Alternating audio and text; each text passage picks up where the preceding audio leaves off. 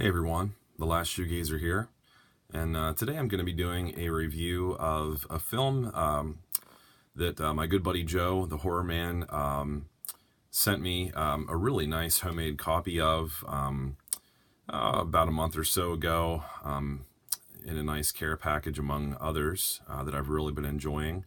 But this is one that I really wanted to set aside to give really good time and thought to, because it is one that really always kind of stood out to me. It's highly sought after, among horror heads, fans of slashers. Yeah, so I watched this earlier last week for the first, late at night, and it really sat well with me. I can see why Joe likes it so much, and why it kind of stood out to me after hearing him talk about it and doing some research and viewing some clips of it online and hearing some other people's thoughts on it.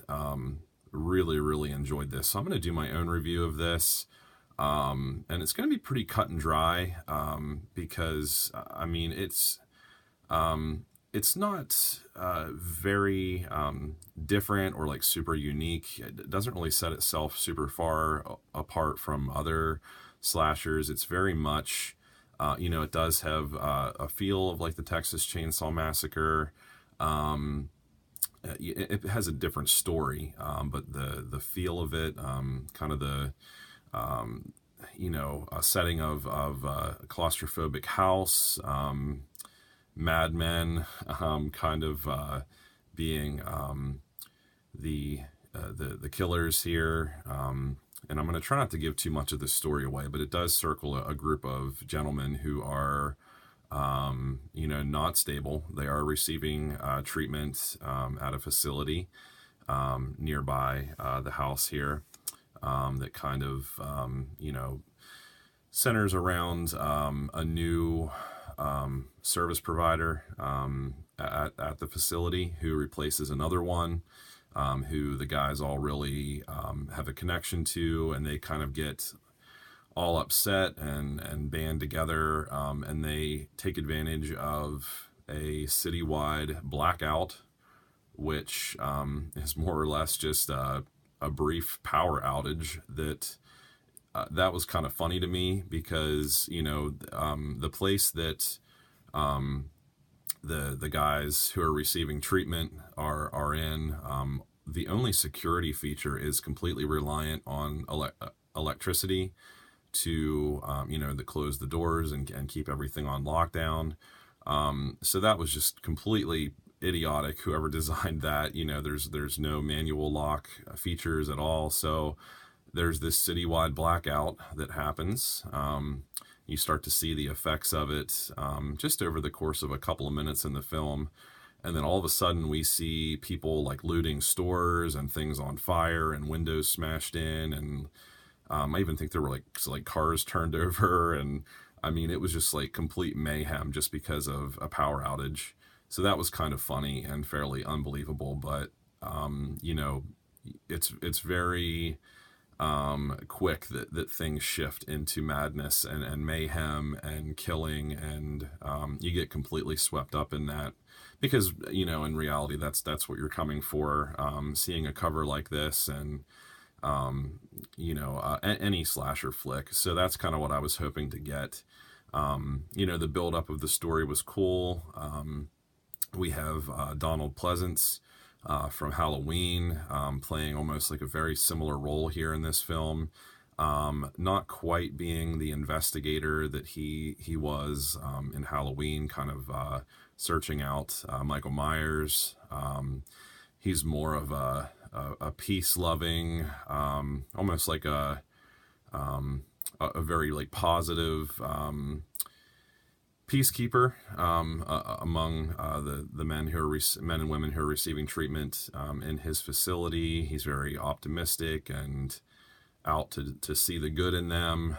Kind of as he did with Michael, although in that one, he knew what he was dealing with and that it was pure evil, whereas he doesn't really have that view towards the people that are getting treatment from him. in his facility. So it is different there, but a lot of this film did bring to the table a really similar vibe as Halloween, which was a good thing for me. But you know, it definitely took a little bit of a different turn. It didn't just focus on one person like Michael Myers being a masked killer who kind of killed, you know, with a numb sort of look and presence, you know, the emptiness behind the expressionless mask, a lot of evil and anger there, but it's all kind of covered up. Whereas here, aside from, you know, a mask here that one of the guys picks up, we have Jack Palance, you know, really well-known actor, really did a good job in City Slickers, kind of a creepy, really unique person in pretty much all of his films, and he kind of brings to the camera sort of the craziness that he did in City Slickers, which I thought was really cool. You know, Donald Pleasance, and it has you know, Martin Landau as well. So really a great cast here, definitely in the vein of like a Halloween kind of film, especially with Donald Pleasance, you know, actually being in this and sort of a similar role, you know, kind of in that psychiatric realm of things. But yeah, a couple of these guys here, and this guy here, oh man, I'll tell you, some really, really unsettling kills in this film. And you can just feel the anger and resentment, even though they're getting good treatment from him. I mean, even some of the stuff that he says, that he approaches his patients to kind of bring them down. Some of the things that he says is pretty disturbing too. I mean, he kind of puts on this good face of loving them and believing in them, that they just need care and understanding. But really, I mean, he brings the hammer down on them verbally, kind of passively.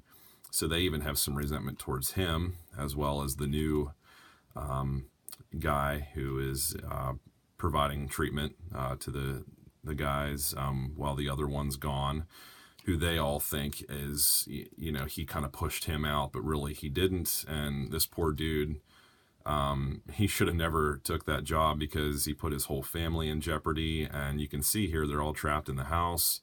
It becomes very, very claustrophobic, unsettling, almost has a little bit of like a Friday the 13th kind of feel to it, with some of the kills. I'm not going to give that away, but you know, it goes from the psychiatric ward to out in, you know, the city or the town or whatever you want to consider it. It is kind of like a country setting to a point, but then it takes us to you know, definitely the country out, kind of out in the middle of nowhere in the woods, where these guys are trapped. And what happens after that is just really, really disturbing. That's kind of where the feel of like the Texas Chainsaw Massacre comes in to play.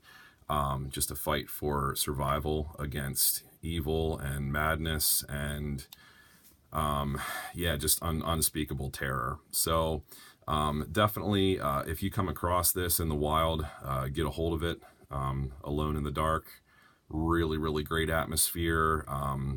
Has a nice start to a really cool story, a little bit of a slow burn, and then it just, around the halfway point, things take a turn, and then the last, I would say, third of the film is really where it just goes completely into, it just plunges you into madness. So while it looks like it's kind of like going to be more of like a Friday the 13th film, all set in the woods there, that's kind of what my initial impression was. It's definitely a different story than that, but it has that similar feel. So if you're a fan, like I said, of Halloween, Friday the 13th, you know, and they're right here with kind of giving a nod to that from the makers of Texas Chainsaw Massacre, as you could see. Yeah, it's pretty spot on. It's a nice blend of those different slashers and horror films. Um, and yeah, I would love to get my hands on like a Blu-ray of this at some point. I think it's worthy of receiving an upgrade of that. But thanks again to one of my best buddies here within the horror community, Joe, the Horror Man. Yeah, sending me this really nice homemade copy. And yeah, I was really grateful for that, and happy that I liked it so much. So check this out if you haven't seen it. Try and get your hands on a copy. But thanks as always for watching, guys, and let me know what you think of this film if you've seen it. Have a good one.